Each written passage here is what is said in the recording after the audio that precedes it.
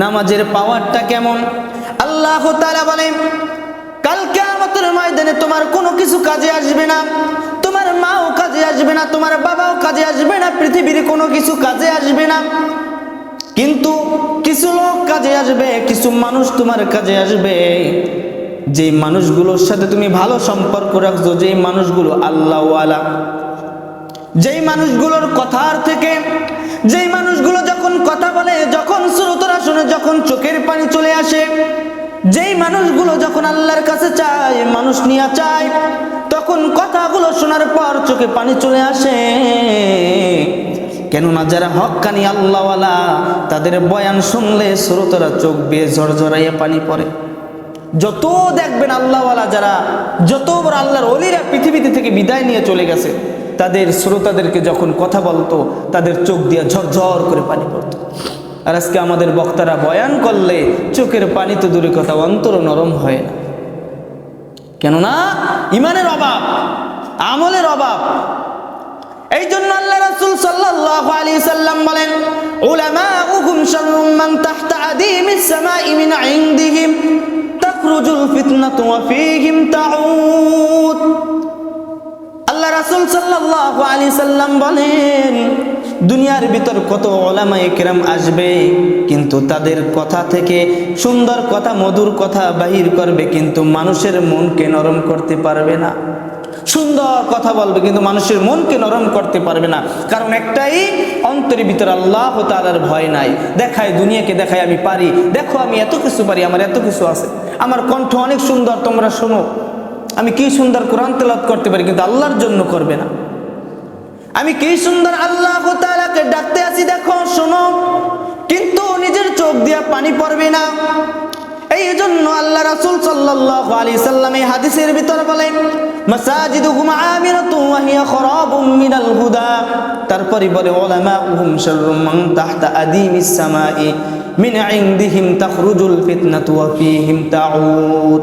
এই যে দেখেন কি সুন্দর একটা মসজিদ, এলাকায় 40-45টা ঘর আছে, 45টা বা 40টা ঘর থেকে 40 জন মানুষ আসলে মসজিদ ভরে যায়, কিন্তু 40 জন মানুষ নাই। আল্লাহ তাআলা বলে যখন মানুষগুলো আমি আল্লাহ তাআলাকে ভুলে যায়, যখন মানুষগুলো আমি আল্লাহ তাআলাকে ভুলে যায়, তখন আমি আল্লাহ তাআলার আরশটা কাঁপতে থাকে। এমন তো অবস্থায় আমি আল্লাহ তাআলা নারাজ হয়ে যাই, আর নারাজ হয়ে যাওয়ার পর ওই এলাকায় আমি আল্লাহ তাআলার গজব পড়া শুরু হয়ে যায়। দেখবেন কিছু এলাকার চারপাশে বৃষ্টি পড়ে, যখন এলাকায় বৃষ্টি লাগবে বৃষ্টি নাই, চারপাশে বৃষ্টি পড়ে কিন্তু এলাকার ভিতর বৃষ্টি নাই। বলে আল্লাহ কিছু দেখে না আমাকে এলাকা?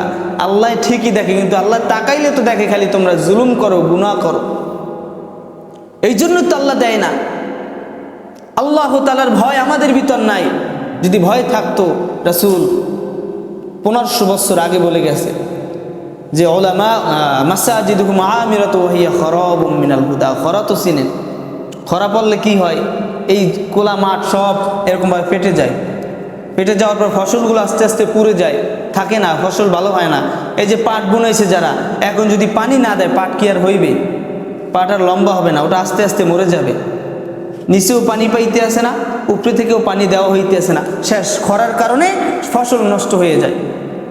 তো এই যে মসজিদটা, এই খরার কারণে মসজিদ আস্তে আস্তে নষ্ট হয়ে যাইতে, মসজিদ নষ্ট হয় না কিন্তু আমরা নষ্ট হয়ে যাইতেছি। মসজিদ বুকটা খালি করে এরকমভাবে থাকে। এই মসজিদ কাল কিয়ামতের ময়দানে আল্লাহর কাছে বলবে আল্লাহ তোমার বান্দার আমাকে তৈরি করছে ঠিকই, ওই যে চিন্তা করেন যে মসজিদে 10 টাকা দান করছি, হুজুরে বলছে 1 টাকা দান করলে ওই 1 টাকা আরশে আউজিমে একটা গাছ হয়ে যায়, ওই গাছে খালি ঝরঝর করতে করতে এরকমভাবে ওই 1 টাকার দান কোটি টাকার দান হয়ে যায়। আর কিয়ামতের ময়দানে আল্লাহ তাআলা বলবে অমুক বান্দা গুনাহগার, তাহলে অমুক বান্দা তো মসজিদে 5 টাকা দান করছে, 1 টাকা দান করছে, তার দানের অবস্থানটা এত বড় হয়ে গেছে, লারা দিয়ে ঝরঝরে সওয়াব করবে, সে জান্নাতে যাইবে। না, এত সিস্টেম এত সহজ না।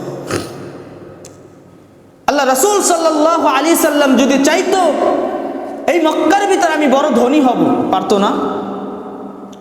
আম্মা জান খাদিজাতুল কুবরা রাদিয়াল্লাহু তাআলা আনহুর 40 মণ স্বর্ণ, 1 মণ স্বর্ণ যদি আমাদের এখানে থাকতো কারো, সে তো এই এলাকার পুরো ধনী হয়ে যেত। তো 40 মণ স্বর্ণ যদি আল্লাহ রাসূল সাল্লাল্লাহু আলাইহি সাল্লাম যে চিন্তা করতো এই 40 মণ স্বর্ণ দিয়ে আজকে আমি বড় লোক, পারতো না? কিন্তু ওই 40 মণ স্বর্ণ আল্লাহর রাস্তায় ব্যয় করতে করতে কোথায় চলে গেছে তার নিজেরও খেয়াল নাই। সে যদি বলতো অমুক পাহাড়কে, এই অমুক পাহাড়, উহুদ পাহাড়কে যদি বলতো তুই পুরো পাহাড় স্বর্ণ হয়ে যা, তার একটা ইশারায় পুরো পাহাড় স্বর্ণ হয়ে যাইত। কিন্তু তার ভিতর একটাই ভয়, রাসূল হয়েও তার ভিতর একটা ভয়, আমি রাসূল মারা যাওয়ার পর আমি যদি হিসাব দিতে যাই, যদি আমি কাঠগড়ায় দাঁড়িয়ে যাই, আল্লাহু আকবার, আমি হিসাব দিতে যাই যদি আমি কাঠগড়ায় দাঁড়িয়ে যাই। সাহাবীরা ভয়ের ভিতর থাকতো, আহারে ধন সম্পদ আল্লাহ দিয়েছে, এই ধন সম্পদের হিসাব দিতে যাই কিনা আল্লাহর কাঠগড়ায় দাঁড়িয়ে যায়, একটা ভুল কিনা হয়ে যায়, এই চিন্তায় চিন্তায় তারা আল্লাহর সাথে কান্না করত। কিন্তু আমাদের চোখে পানি নাই। রাসূল যদি এরকম গায়ের ঘাম ঝরাইতো নামাজ পড়তে পড়তে, সাহাবীরা নামাজে দাঁড়াই যদি তাদের পাও এরকম ফুলে যাইতো, নামাজে দাঁড়াই, এই জুমার নামাজেই দাঁড়াই, একটা কেরাতে 10 মিনিট নেব, পিছে একদল মুসল্লির পাওয়ার অবস্থা খারাপ, মনে মনে গালাগালি শুরু হয়ে গেছে। কিন্তু সাহাবীরা নামাজে দাঁড়াইতো কিভাবে? এরকমভাবে যখন নামাজে দাঁড়াইতো, এক নামাজে পুরো রাত কাভার করে দিত। এশারের পর খাওয়া দাওয়া শেষ করে যে নফল নামাজে দাঁড়াইতো, এক রাকাতে নামাজে পুরো কোরআন খতম করে দিত। সুবহানাল্লাহ, এক রাকাত নামাজে পুরো কোরআনকে খতম করে দিত এক রাতে। তো তাদের আমল ছিল কেমন আর আমাদের আমল কেমন? আগের জমানার উম্মতেরা, নবীর উম্মতেরা এত পরিমাণ আমল করত, কিন্তু সেই তুলনায় আল্লাহ রাসূল সাল্লাল্লাহু আলাইহি সাল্লাম বলেন সেই তুলনায় তারা শত শত বছর আমল করেছে, আর আমার উম্মত মাত্র 1 মিনিট আমল করবে, সেই 1 মিনিটের আমলের সমতুল্য তারা যাইতে পারবে না।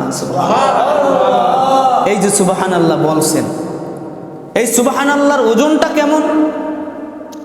আল্লাহ রাসূল সাল্লাল্লাহু আলাইহি সাল্লাম বলেন, আমার উম্মতেরা যখন একবার আল্লাহ তাআলার প্রশংসা করবে, আল্লাহ তাআলার কাছে বলে, ও দয়ার মালিক, আমার উম্মত যখন আপনার প্রশংসা করবে, আমার উম্মত প্রশংসা করার কারণে তার আমলনামায় কেমন নাকি দেওয়া হবে।